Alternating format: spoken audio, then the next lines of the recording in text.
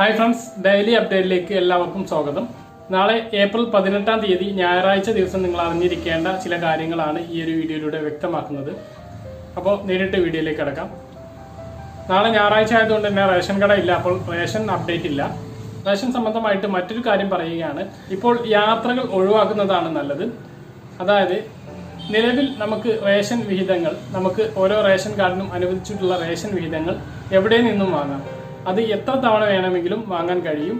ഇപ്പോൾ ഒരു തവണ ഒരു റേഷൻ കടയിൽ നിന്ന് വാങ്ങി മറ്റൊരു തവണ മറ്റൊരു റേഷൻ കടയിൽ നിന്ന് വാങ്ങാൻ കഴിയും. അത് മറ്റു താലൂക്കിൽ നിന്നായാലും മറ്റ് ജില്ലകളിൽ നിന്നായാലും വാങ്ങാൻ കഴിയും. ഒരു കുടുംബത്തിലുള്ള ആളുകൾ കുറച്ച് റേഷൻ സ്വന്തം നാട്ടിൽ വാങ്ങി മറ്റു കുറച്ച് റേഷൻ പുറത്ത് താമസിക്കുന്ന അതേ കാർഡിലുള്ള ആർക്കെങ്കിലും വേണ്ടി മാറ്റിവെക്കുകയാണെങ്കിൽ ആ ആളുകൾക്ക് തൊട്ടടുത്ത റേഷൻ കടയിൽ പോയിട്ട് വാങ്ങാൻ കഴിയും. അത് സംബന്ധമായിട്ടുള്ള ഒരു വീഡിയോ നമ്മൾ ചെയ്തിട്ടുണ്ട്. ഈ വീഡിയോ അവസാനിക്കുമ്പോൾ വരുന്ന കോളത്തിൽ നിങ്ങൾ ക്ലിക്ക് ചെയ്താൽ ആ വീഡിയോ നിങ്ങൾക്ക് കാണാൻ കഴിയും. ഇതിനെക്കുറിച്ച് വ്യക്തമായിട്ട് ആ ഒരു വീഡിയോയിൽ പറയുന്നുണ്ട്. ആ വീഡിയോ കണ്ട് അത് മനസ്സിലാക്കുക. മറ്റുള്ള കാര്യങ്ങൾ പറയുകയാണെങ്കിൽ കോവിഡിന്റെ വ്യാപനം അതിരൂക്ഷമായി തുടർന്നുകൊണ്ടിരിക്കുകയാണ്.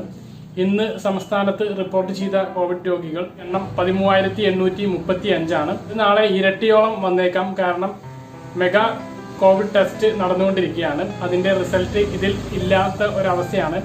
ഇത് ഏകദേശം 60,000 ആളുകളെ മാത്രം പരിശോധിച്ചപ്പോഴാണ് ഈ ഒരു 13,835 രോഗികൾ വന്നിട്ടുള്ളത്. ഇന്ന് നെഗറ്റീവായത് 3,654 പേരാണ് ഇന്ന് നെഗറ്റീവായത്. ആക്റ്റീവായിട്ട് ഇന്ന് ഇപ്പോൾ നിലവിൽ രോഗികൾ 80,019 രോഗികളാണ് സംസ്ഥാനത്ത് ചികിത്സയിലുള്ളത്. അപ്പോൾ ഈ ഒരു അവസ്ഥയിലാണ് സംസ്ഥാനത്ത് നിലവിലുള്ള കോവിഡ് റിപ്പോർട്ടുകൾ. അപ്പോൾ കർശനമായിട്ടുള്ള പരിശോധനകളെല്ലാം തുടങ്ങിക്കഴിഞ്ഞു. കളക്ടർമാർക്ക് പൂർണ്ണ അധികാരം നൽകിയിരിക്കുകയാണ്. ആവശ്യമെങ്കിൽ 144 പ്രഖ്യാപിക്കാൻ. ഇത് നടപ്പിലാക്കിയിരിക്കുന്നത് കോഴിക്കോട് ജില്ലയിലും അതുപോലെ തന്നെ വയനാട് ജില്ലയിലും ചില പ്രാദേശിക സ്ഥലങ്ങളിൽ 144 പ്രഖ്യാപിച്ചിട്ടുണ്ട്. 9 മണിക്ക് ശേഷം കടകൾ, മാളുകൾ, അതുപോലെ തന്നെ മറ്റ് വ്യാപാര സ്ഥാപനങ്ങൾ തുറക്കാൻ പാടില്ല. ഇതൊക്കെ നമ്മൾ ഇന്നലെ പറഞ്ഞ കാര്യങ്ങളാണ്.